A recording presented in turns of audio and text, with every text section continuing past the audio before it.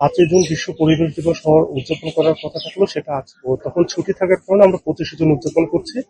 তো বিশ্ব পরিবেশ দিবস 2025 উদযাপন উপলক্ষে জেলা প্রশাসক টাঙ্গাইল মহোদয় তিনি টাঙ্গাইল জেলার যতগুলো প্রাথমিক বিদ্যালয় আছে সবগুলো প্রাথমিক বিদ্যালয়ে 3টি করে ফুলের চারা জারুল, কৃষ্ণচূড়া, সোনালু তিনি লাগানোর ব্যবস্থা করেছেন এবং আমাদের ধনবাড়ী উপজেলার আমাদের 86টি প্রাথমিক বিদ্যালয়ে আজকে সকাল 10টায় একই সাথে এই 3টি গাছের চারা রোপণ করা হচ্ছে।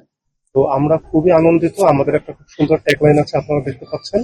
তো আমরা আশা করি আমাদের শিশুদের বিকাশ ফুলের সাথেই হবে, আমাদের শিশুরা ফুলের মতো সুন্দর হবে এবং আগামীর টাঙ্গাইল তথা পুরো বাংলাদেশকে বিনির্মাণ করবে।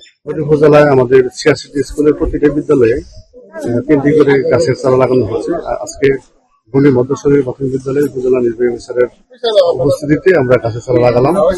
পর্যায়ক্রমে সকল বিদ্যালয়ে আছে গাছের চারা লাগানো।